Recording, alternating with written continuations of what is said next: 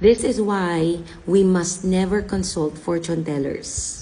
Bakit masama ang mga nanghuhula at yung mga nagsasabi na kaya nilang sabihin yung future mo, kung ano yung next na mangyayari sa'yo, and that includes tarot card readers, fortune tellers, mga nagpa-practice ng divination, or yung nagsasabi na nakikita nila yung hinaharap mo because the powers that they have, it is not from God.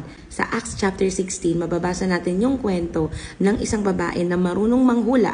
May power siyang manghula, pero clearly, sinabi doon na hindi yun galing kay Lord, kundi galing sa isang masamang espiritu or demon. May nasalubong silang batang babae na alipin.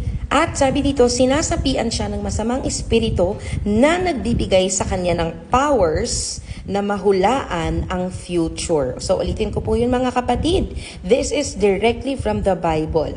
So, yung kakayahan niyang manghula, itong batang ito, babaeng ito, na may kakayahang mahulaan ng future, sabi dito, yung powers niya ay hindi nanggagaling kay Lord, kundi sa isang masamang espiritu na nagtotorment sa kanya. So sabi dito, malaki ang kinikita ng mga amo niya dahil sa panghuhula niya. Hinarap ni Paul yung babae at sinabi niya sa espiritu, sa pangalan ni Jesus Christ, inuutusan kitang lumabas sa babaeng to. Pagkasabi nun, lumabas ang espiritu sa babae. Nung na-realize ng mga amo ng babae na nawalan na sila ng mapagkakakitaan, sinunggaban nila sina Paul at Silas at kinaladkad sa plaza para iharap sa mga officers. Alam niyo po ba na sa ibang translation, yung ginamit dito na masamang espiritu is the spirit of Python. It's a snake demon, a snake spirit. At ang ginagawa po ng Python spirit ay pinapatay niya yung spiritual life mo, pinapatay niya yung hininga mo, yung spiritual breath, yung breath of God. Kaya nawawalan ka ng gana para sa mga bagay na tungkol kay Lord at nagkakaroon ka naman ng gana sa mga bagay na hindi tungkol kay Lord or kagaya po nito, counterfeit.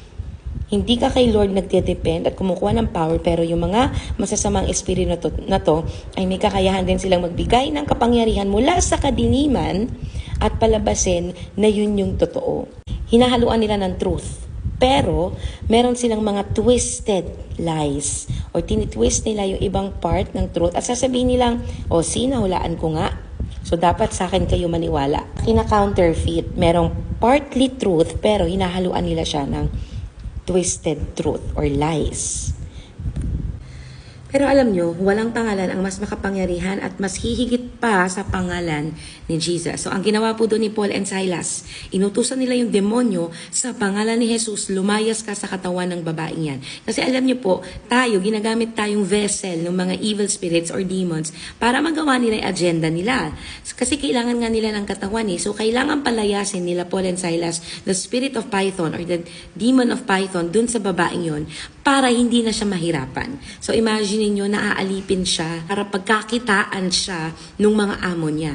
And hindi yun ang plano ni Lord para sa kanya kasi she was meant to live a life that is full and blessed and free. At yun yung ginawa ni Paul and Silas, Kahit maraming tao yung nagalit sa kanila dun sa ginawa nila, ang goal nila ay mapalaya yung babae. Kasi yun ang tinuturo ni Jesus, na ang mga tao ay dapat lumaya mula sa demonic oppression. Kung ikaw nagpapahula ka sa mga tarot card readers, sa mga nagbabasa ng palad, sa mga baraha, I encourage you mga kapatid, magbalik loob tayo kay Jesus Christ kasi counterfeit po yan, witchcraft practice, occult practices, and yung mga divination, fortune tellers, sinabi po mismo sa Bible that it is not from the Lord.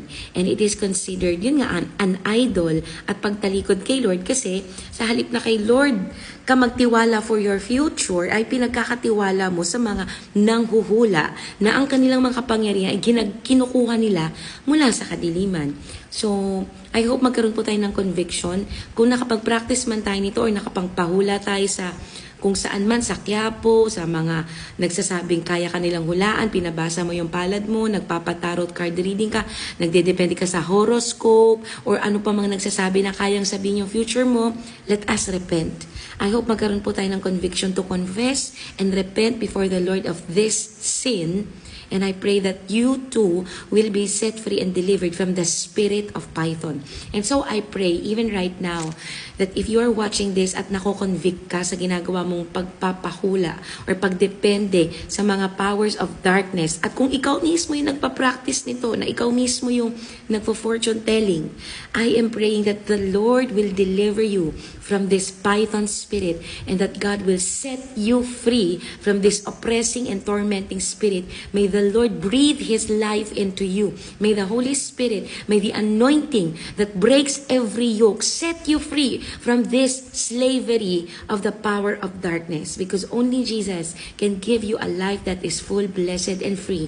And only in Jesus can you find true meaning, satisfaction, at mapapawi ang uhaw mo, masasatisfy ka in Jesus and nothing else and no one else.